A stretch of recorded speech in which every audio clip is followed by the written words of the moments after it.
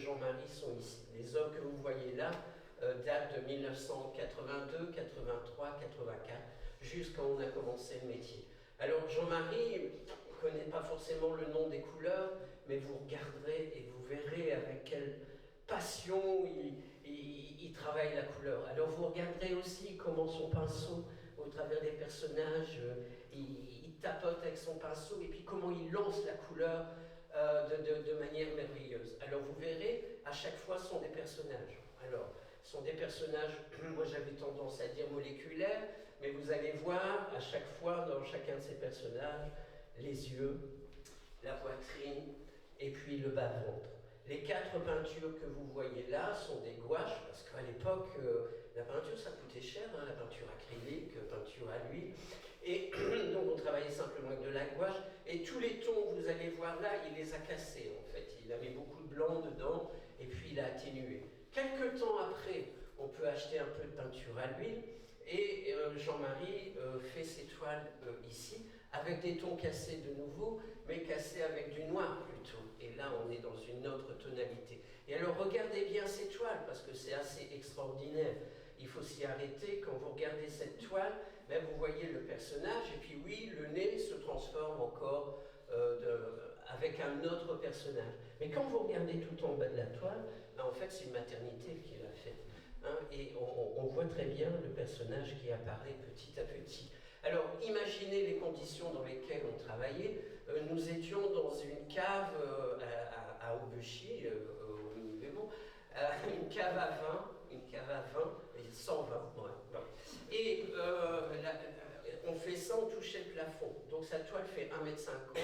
Vous imaginez comment il était par terre pour travailler ces toiles. Les toiles que vous voyez là viennent d'une autre institution qui est le Centre Fabiola à Neuville.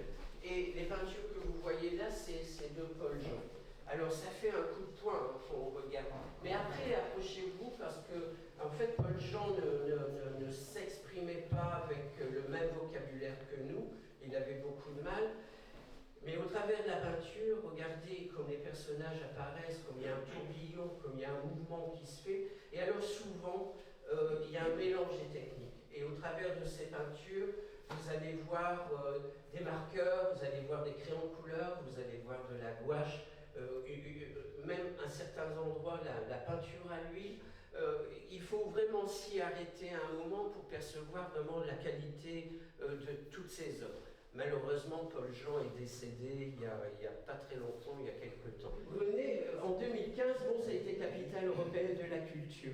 Et dans ce cadre-là, on nous avait demandé si on pouvait aller dans les ateliers, les hôpitaux, voir s'il y a des choses qui se faisaient. Et on pensait très sincèrement que non. Et quelle erreur. On a découvert des œuvres absolument extraordinaires, dont celle de M. Dubois. Alors quand on regarde les dessins, on ressent, vous voyez, autour de l'enveloppe corporelle, il y a tout le squelette du personnage. Et le cercle est très important dans son œuvre. Le cercle qui pourrait correspondre peut-être à la maternité, je ne vais pas faire de psychologie à la petite semaine, mais enfin, il pourrait y avoir de ça. Alors, après, est-ce que je ne sais pas pourquoi il a fait ça, et quand je lui ai demandé, il ne m'a pas répondu, il y a toutes ces aiguilles qui vont dans le corps du personnage. Alors, est-ce que c'est pour guérir, est-ce que c'est l'acupuncture, ou alors est-ce que c'est pour lancer des sorts, pour faire mal à la personne, ça pourrait être l'inverse, je ne sais pas du tout. Alors, René avait une grande, alors j'en parle au passé, René est toujours vivant, mais il ne sait plus dessiner parce qu'il a la sclérose en plaques et c'est devenu compliqué pour lui. Alors, René travaillait, il avait un haut sentiment de son travail et donc œuvre inabordable. Ce qui mettait des prix fous. Alors, à côté, Serge Delaunay, pour les personnes qui aiment un peu la l'outsider et qui connaissent un peu, bon, ben, Serge, c'est un des grands artistes aujourd'hui. Il est dans tous les musées, hein, au musée d'art de Lausanne, au musée Arémage. Et Serge s'intéressait beaucoup à tout ce qui était astronomie.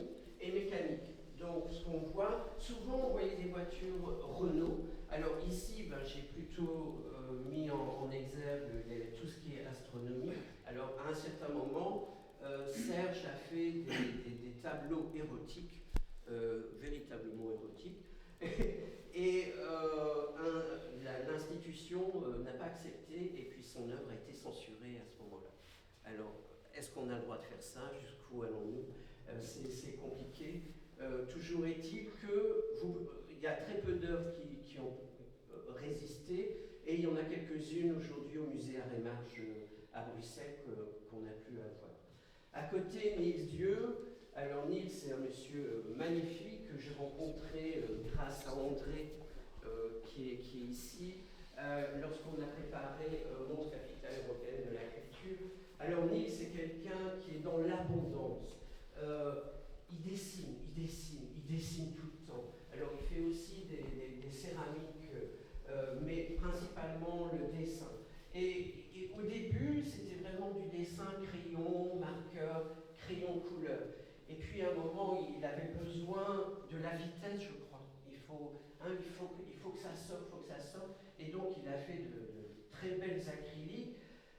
Et puis à côté aussi quelques dessins. Alors imaginez, souvent la création, elle est influencée par le lieu où on habite, le lieu où on vit. Alors il faut imaginer la maison de Niels qui est toute petite, et il mangeait sur une table de camping. Et quand il avait fini de manger, il débarrassait, il dessinait. Donc faire des grands dessins, pas possible, puisque c'est une toute petite table.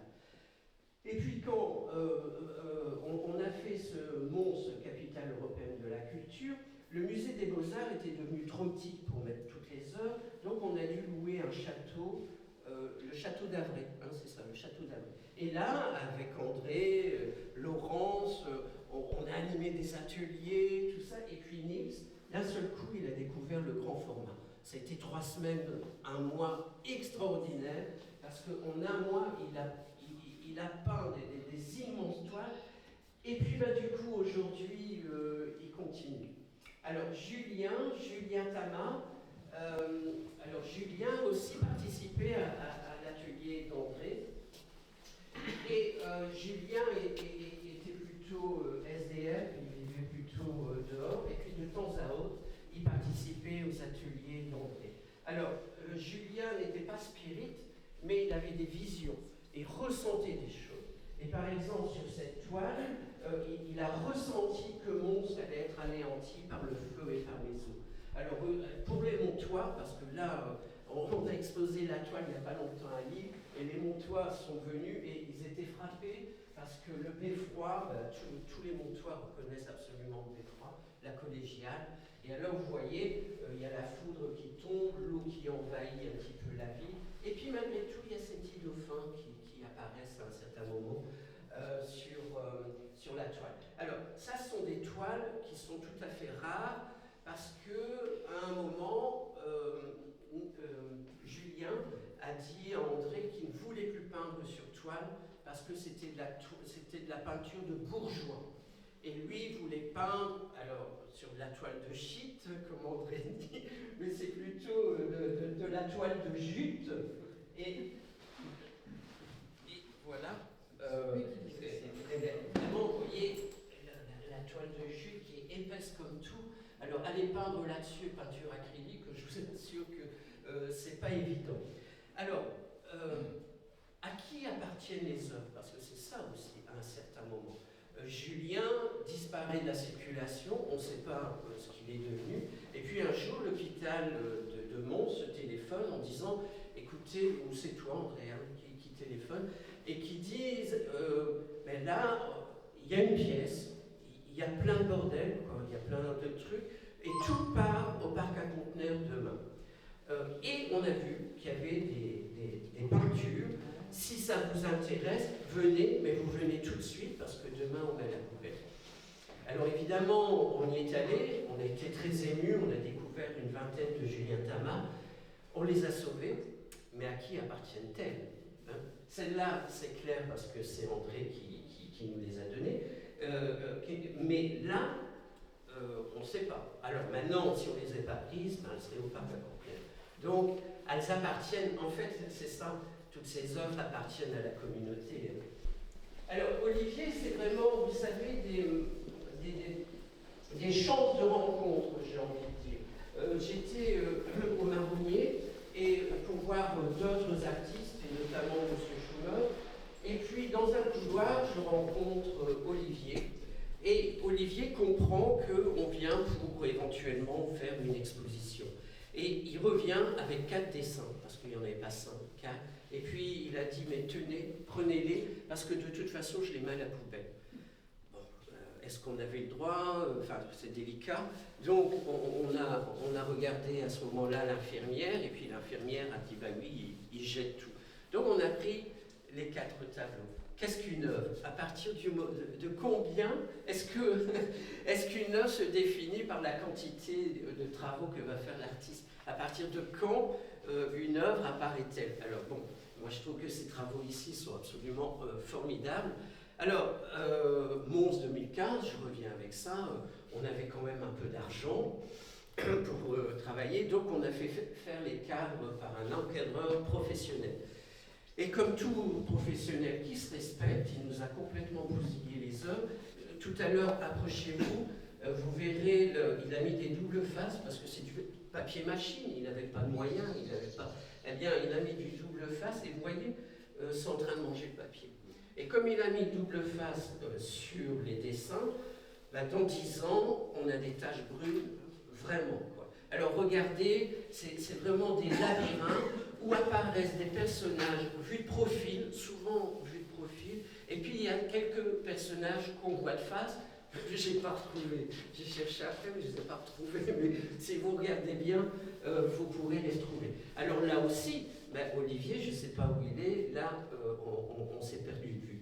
Monsieur Schumer, et ça, Jackie était témoin parce que on était ensemble à ce moment-là.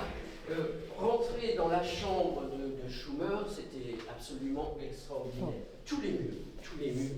Alors, appelez ça une chambre, plutôt une cellule, parce que c'était tout petit. Le matelas n'avait pas de drap, tu vois, enfin, c'est quand même pas si marrant. Mais tous les murs étaient peints avec des portraits, des scènes religieuses.